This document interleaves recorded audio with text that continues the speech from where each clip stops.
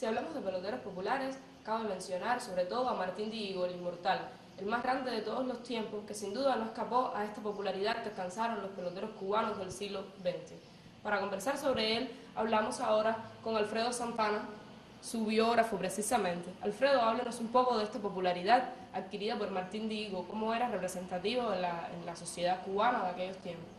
Sí, no solamente ya hoy vamos a hablar de los Martín Dihigo y sus récords como beisbolista, sino Martín, el carismático hombre, responsable, el hombre de pueblo, que siempre estuvo identificado con su provincia específicamente y con el país, porque fue un cubano, como decimos, reyoyo, un cubano que le gustaba la rumba, le gustaba la trova, que participó en múltiples actividades del ámbito social de aquella época, porque Martín fue una personalidad, como tú decías, no solamente como pelotero, sino en sentido general. Yo pudiera decir, quizás lo dice alguien que ha escrito su vida, pero que prácticamente hay un antes y un después de Martín. Yo pienso que el después de Martín es que muchos de los que hemos estudiado su figura, pensamos que el dihiguismo, lo voy a decir aquí, es una corriente ya en el béisbol. O sea, los admiradores de esa figura y los que efectivamente conocieron a este popular matancero, pudiéramos decir así. Martín no solamente se destacó en el campo, como decíamos, del béisbol, sino también incursionó el campo precisamente este que tú me haces ahora, el campo del periodismo.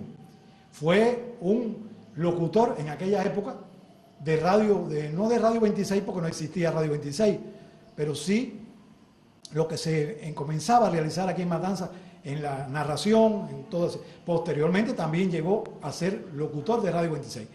Y de forma autodidacta, Ilenia, aunque tú lo creas que no, se hizo periodista. De forma autodidacta porque nunca, lamentablemente, pudo asistir a una universidad.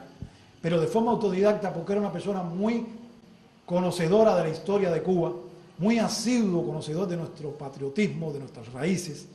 Incluso creó en el periódico Hoy, periódico nacional, una sección que se llamaba Desde el Pan de Matanzas, porque eso otro título también, nunca olvidó su origen matancero, estando incluso fuera del país, en cualquier lugar que se encontrara, siempre recordaba Matanzas con mucho cariño, y de ahí que esa sección que él inauguró en el periódico Hoy, el periódico de aquella época, lo ponía así, Desde el Pan de Matanzas, porque realmente Martín era una figura muy reconocida por todo el pueblo y era una persona que se identificaba con él.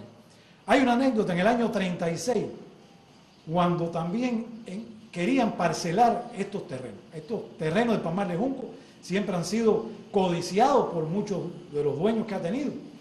Y Martín efectivamente se enfrentó a aquellas personas en aquel momento.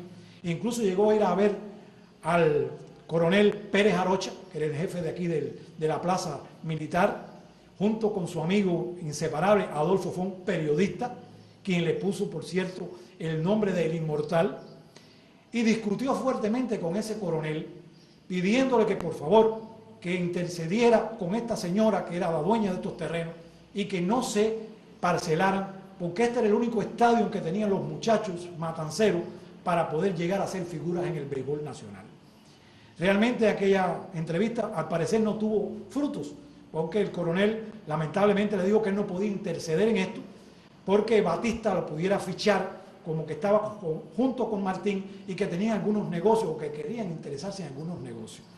Pero en la voz popular, esto se corrió, esto llegó a oídos del pueblo en sentido general y efectivamente se opusieron en forma masiva y afortunadamente hoy podemos contar con este legendario Palmar de Junco que ustedes ven aquí.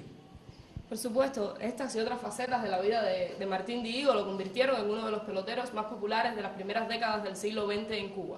Continuamos con Béisbol de Siempre.